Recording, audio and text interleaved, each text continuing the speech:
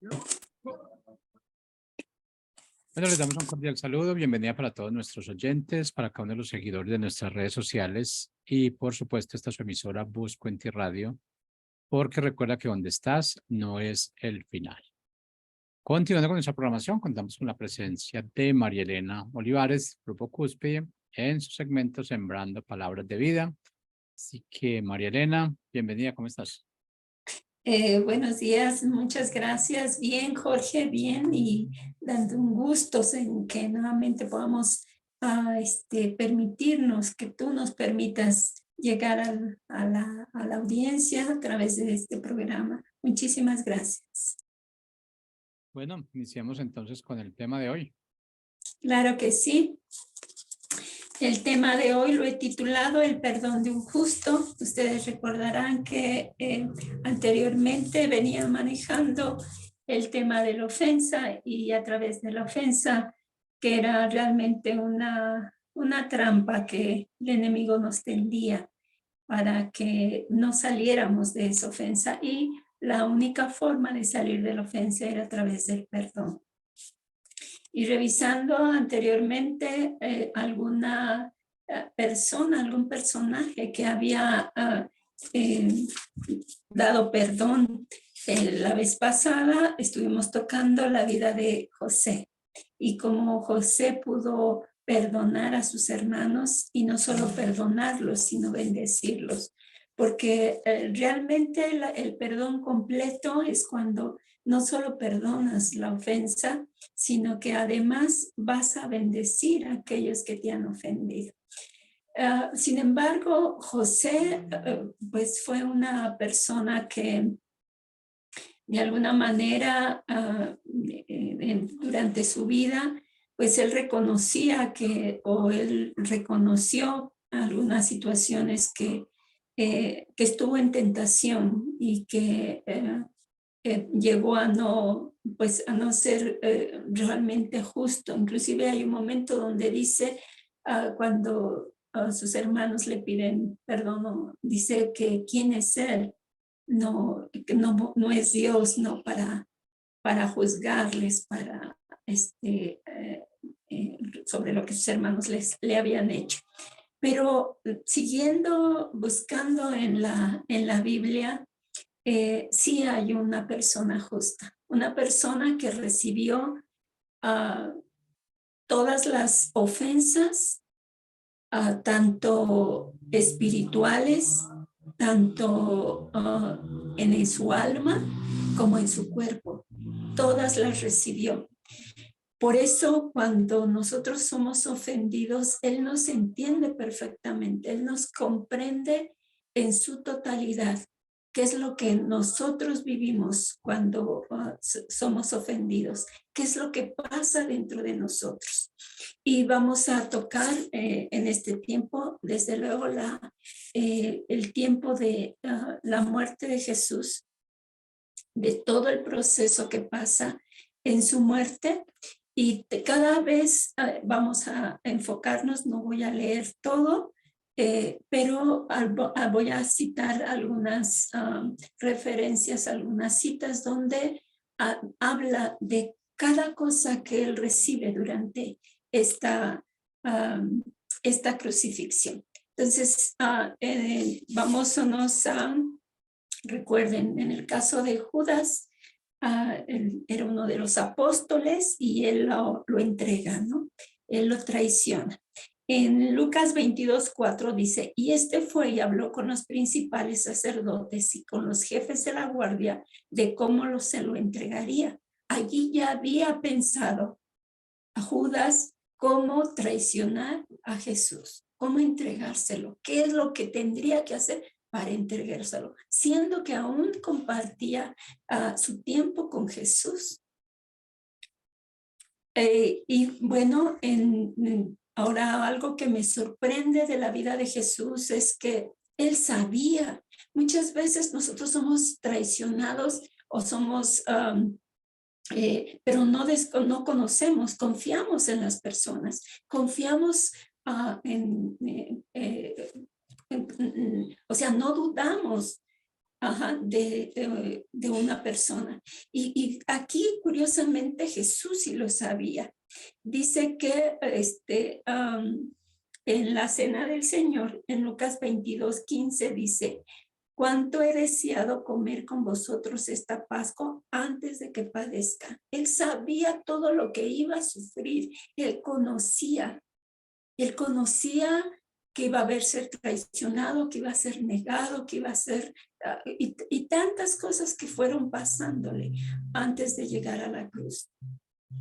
Por gente amada, gente que vivía con él, gente que no le anteriormente nunca le había dicho o hecho algo ofensivo, y en este momento lo estaban haciendo, como si la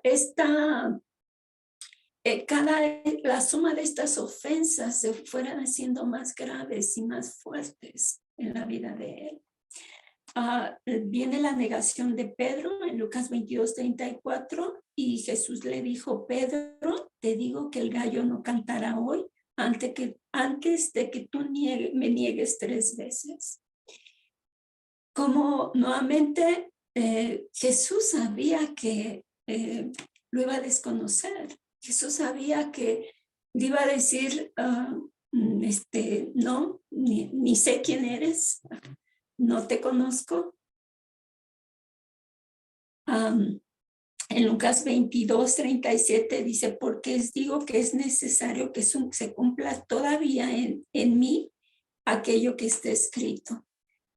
Y fue contado con los inicuos, porque lo que está escrito de mí tiene cumplimiento. Esto es lo que yo les digo. O sea, qué sorprendente. Él sabía, desde luego, por el conocimiento de las escrituras, por todo lo que él sabía lo que iba a pasar. Él sabía cada ofensa, él sabía cada situación por la que tenía que vivir, por la que iba a vivir. Y dice en la oración del Getsemaní, recuerden, cuando ya llega, estoy leyendo Lucas 22:42, dice: Padre, si quieres, pasa de mí esta copa, pero no se haga mi voluntad, sino la tuya. Nuevamente, al conocer esa situación, dicen las escrituras que él con clamor, con ferviente, ¿se imaginan todas las emociones que estaban dentro de él, de lo que iba a vivir? Es como cuando nosotros nos vamos a enfrentar a un asalto, a la muerte, a alguna situación muy difícil que entre en nosotros. Miedo, temor, ansiedad, tantas cosas que entran en nosotros. Entonces, ustedes se imaginan el nivel de sus emociones cuando él está orando en el Getsemaní. Ahí todo su ser es el que está a nivel de su alma. Todo su ser está en el 22:44 dice, el 22:44 dice: y estando en agonía, y recuerden, agonía es una pena o una aflicción extrema, oraba más intensamente, y dice: y era su sudor como grandes gotas de sangre que caían hasta la tierra. Lo que yo les comentaba, todas sus emociones, todo lo que el temor, el miedo, la angustia, la desesperación, estaban en él. Entonces no ha habido ninguna ofensa, o no hay ninguna ofensa, un asalto, una violación, una noticia fuerte que no haya experimentado en su alma Jesús. Por eso él puede entendernos, él puede perfectamente saber cuando nosotros pasamos una situación fuerte, cuando hay una agresión contra nosotros, Él perfectamente nos entiende y puede comprender esto. Después fue arrestado Jesús. En Lucas 22:48 dice, entonces Jesús le dijo, Judas, con un beso entregas al Hijo del Hombre. Se viene a cumplir ya lo que había pensado Judas de traicionarlo. Ahora lo estaba traicionando. Ahora ya no solo era una idea que nació en Judas, sino que ya era una realidad. Ya estaba siendo traicionado. Era algo que estaba viviendo en ese momento Jesús. ¿Te han traicionado? Tú has sentido Jesús, o puedes sentir lo que Jesús en ese momento sintió. ¿Alguna confianza? ¿Has dado alguna confianza a alguien y esa persona lo ha divulgado, o esa persona ha hablado sobre lo que tú dijiste, o no sé, cualquier tipo de traición que tú hayas vivido? Él la vivió. En Lucas 22:52 dice, y Jesús dijo a los principales sacerdotes, a los jefes de la guardia del templo y a los ancianos que habían venido contra él, ¿cómo contra un ladrón habéis salido con espadas y palos? O sea, esta traición no solo fue verbal, sino esta traición venía acompañada con espadas y palos. Dice, como un ladrón, como si él hubiera sido un delincuente.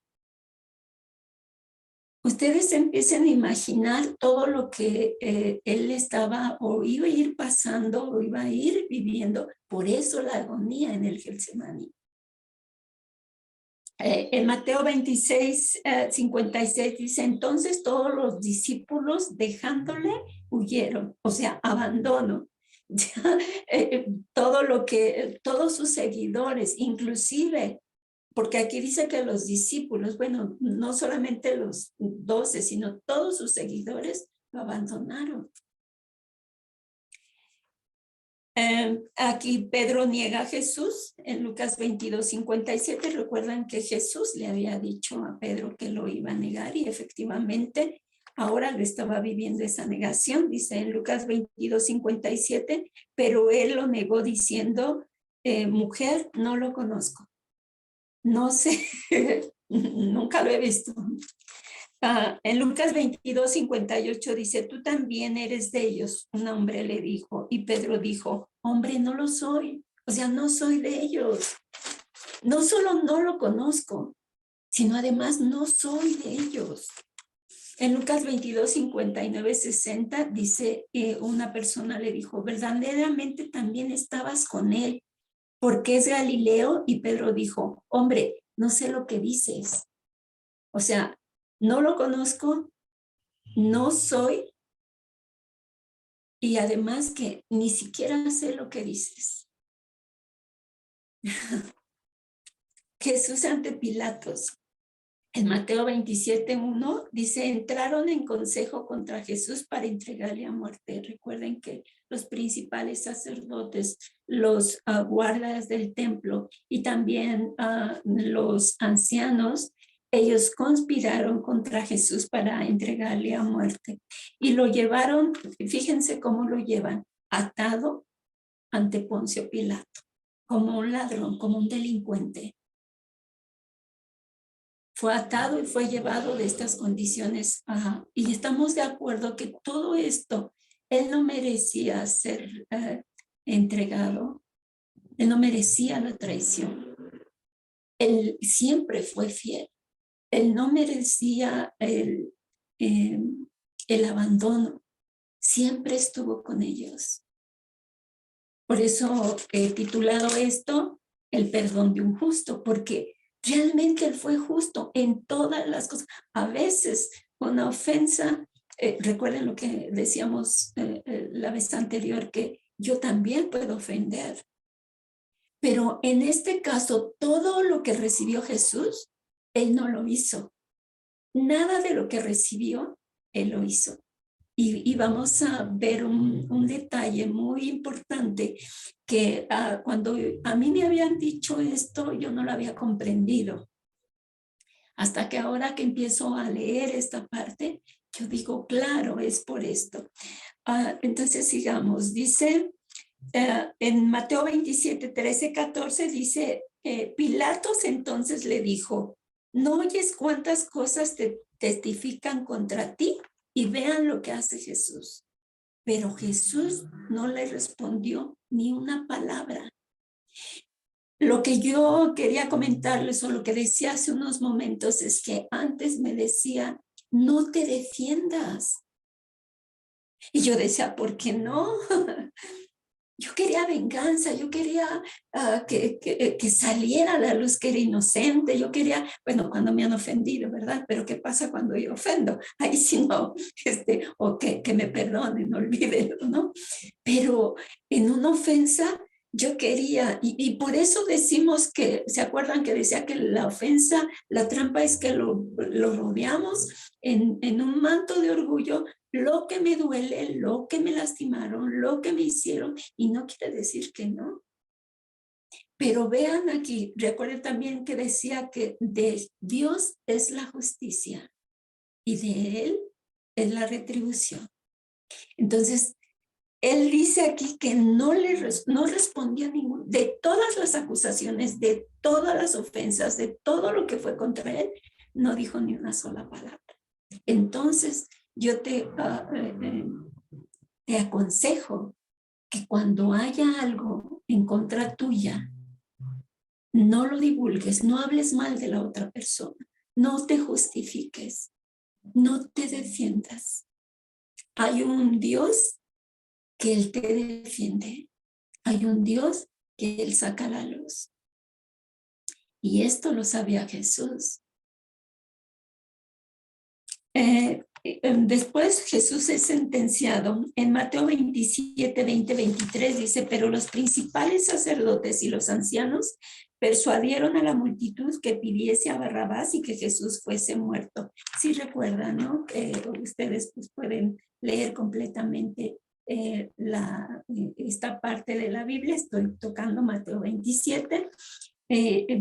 ¿Por qué no? Presentan a una persona que sí realmente era alguien que había cometido delito y que era Barrabás, y sin en cambio dicen no, un injusto por el justo. Alguien que no había hecho absolutamente nada iba a pagar en lugar de alguien que efectivamente había hecho algo malo. Y el gobernador les dijo, pues qué mal ha hecho. Pero ellos gritaban aún más diciendo, sea crucificado. O sea, es culpable, mátenlo. En Mateo 27, 26 dice, y habiendo azotado a Jesús, aquí ya viene otra, fue traicionado, fue negado, fue llevado, fue arrestado con palos y con espadas, fue llevado,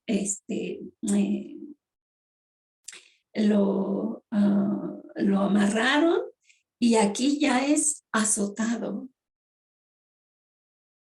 Dice, y habiendo azotado a Jesús, le entregó para ser crucificado. O sea, aquí Pilatos lo que hace es que ahora lo azota. Y azote, ustedes pueden ver las películas o lo que en aquel entonces representaba azotar a un delincuente, azotar a un delincuente, a un malhechor. Era algo muy fuerte. Y él fue. Entonces aquí ya estamos viendo que hay una agresión, ahora ya no solo en sus emociones, sino también físicamente. Hay una agresión en el cuerpo. Te han lastimado, con un abuso, con un golpe. Por ejemplo, hay padres que han golpeado a sus hijos.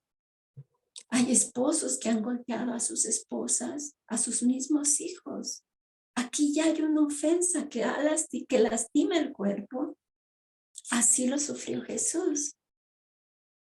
En Mateo 27, 31 dice, entonces los soldados del gobernador llevaron a Jesús al pretorio y reunieron alrededor de él a toda la compañía. O sea, todos los soldados, o sea, todos, me imagino que de distintas autoridades, ¿no? Comandantes, no sé cuál sea el rango que tengan, pero todos los soldados se reunieron alrededor de él.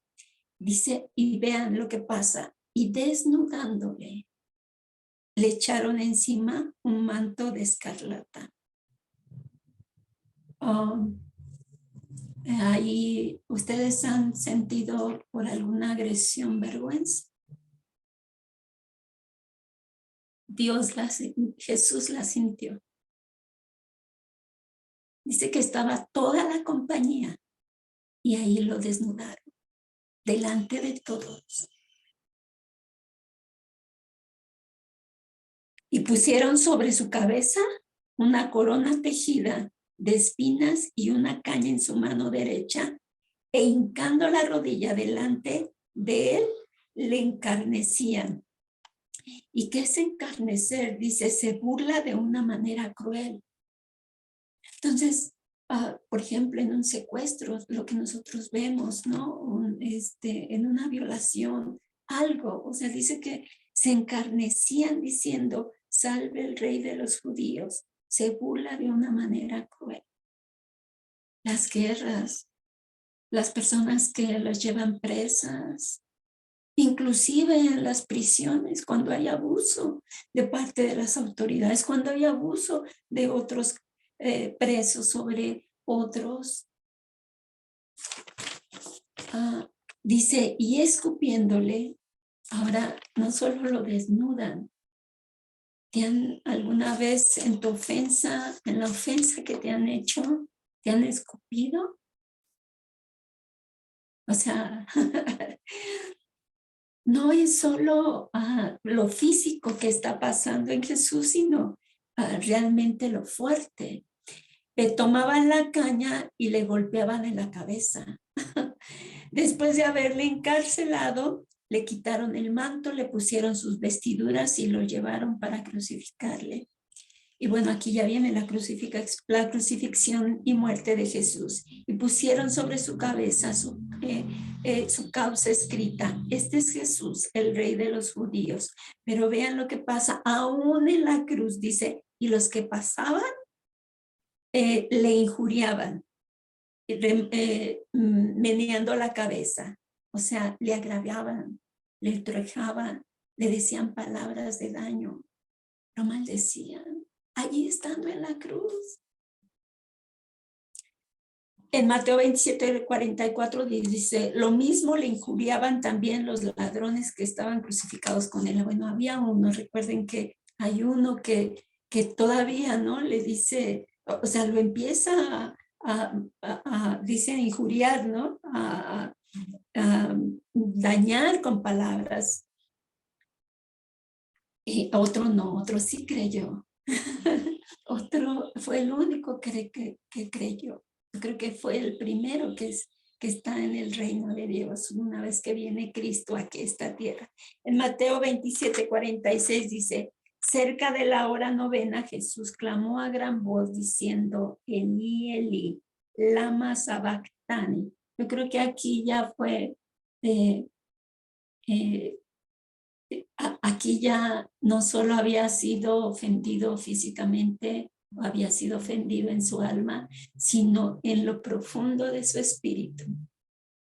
Porque aquí dice, ya no clama, ya no dice, soy hijo de Dios, es mi padre, yo hago lo que mi padre hace. Yo hago lo que veo hacer a mi padre. Aquí dice, Dios mío, ¿por qué me has desamparado? El rechazo de su padre, o bueno, no el rechazo, pero pues yo creo que sí fue rechazo porque Dios, siendo santo, el Padre siendo santo no podía estar. Recuerden que se consideraba a una persona muerta en un madero como maldición, era una maldición. Y Él se hizo maldición para que nosotros pudiéramos ser bendición. Y yo creo que ahí en donde Él clama al Padre, es ahí donde realmente recibe su espíritu, no porque el Padre lo haya hecho, sino porque no podía estar con Él, pero recibe esa ofensa o recibe ese rechazo tan fuerte en su espíritu. Entonces, Él ha tenido ha sido ofendido en las tres áreas y completamente. Por eso nos puede entender perfectamente. Pero, sin embargo, Él dice, Padre, antes de que sea crucificado, cuando va hacia la cruz, dice, perdónales porque no saben lo que hacen. Recuerden, Él venía, no solo perdona, sino además le pide al Padre que los perdone. Y no solo eso, Él vino y Él recibió toda esa ofensa y recibió todo ese castigo inmerecido para beneficio de todos nosotros. ¿Se acuerdan que decía que el perdón completo es no solo te perdono porque de esa manera soy libre, sino además va a traer libertad a ti porque no te voy no voy a querer tener venganza. Te libero a la otra persona que me está dañando. Y eso es lo que hizo Jesús. Él nos liberó de todo lo que nosotros le hicimos. Y digo de todos nosotros porque realmente cuántas veces, bueno, en ese momento que estaba, no merecía nada de lo que él había recibido. Él sí no había ofendido, no había traicionado, no había lastimado. Al contrario, siempre sanó el alma. ¿Se acuerdan? Porque tocaba a los que estaban con lepra. Era gente que no podía ser tocada. ¿Se imaginan gente que dentro de él se sentía que sin valor, que no podía tocarse? La mujer de flujo. Y tantas que él sanó en su alma. Y también físicamente, porque sanaba a los enfermos. Y entonces quiero terminar con esto. Dice en Mateo 5:44, ahí viene alguien, una vez un predicador dijo que esta es la ley del reino. Esta es la justicia del reino.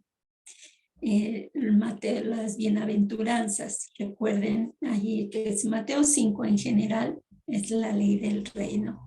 Y ahí vienen las bienaventuranzas. Y hay una, dice, el amor hacia los enemigos, hacia los que me ofenden. Ajá. Y dice en el versículo 44 del capítulo 5, dice, pero yo les digo, amad a vuestros enemigos, bendecir a los que os maldicen, hacer bien a los que os aborrecen y orar por los que los ultrajan y os persiguen. Viene no solo te perdono, sino además bendigo tu vida. Bendigo tu vida amándote, bendigo tu vida bendiciéndote, haciéndote bien, orar por ti y orar por la persona que me ha ofendido. Y dice en el versículo 48 de este mismo capítulo, el amor hacia los enemigos, dice, sed pues ustedes perfectos, como nuestro Padre que está en los cielos es perfecto. Este es el perdón de un justo.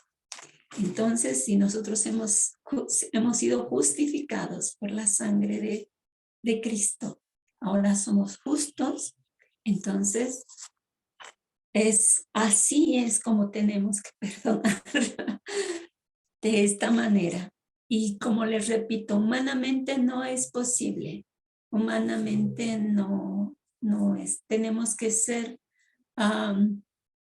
llenos del Espíritu Santo, llenos de ese amor, llenos de esa bondad, llenos de esa misericordia para poder perdonar como Dios nos está pidiendo.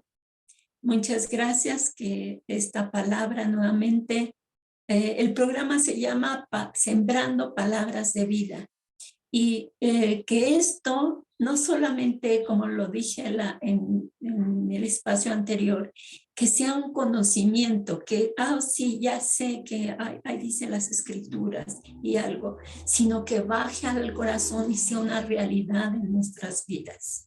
Porque recuerden, el único que puede dar vida, o sea, su palabra es vida. La Biblia es la palabra viva, es una palabra que trae vida. Pero cuando viene directamente de Dios es cuando da vida a nosotros.